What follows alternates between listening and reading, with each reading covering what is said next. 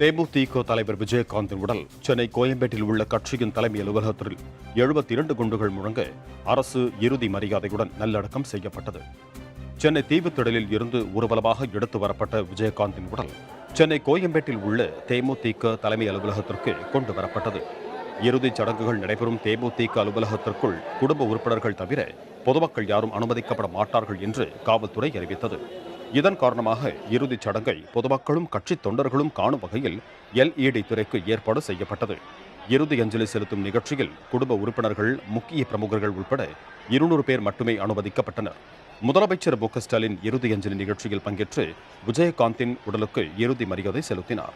இதேபோல புதுச்சேரி துணைநிலை ஆளுநர் வரதராஜன் இறுதி அஞ்சலி செலுத்தினார்.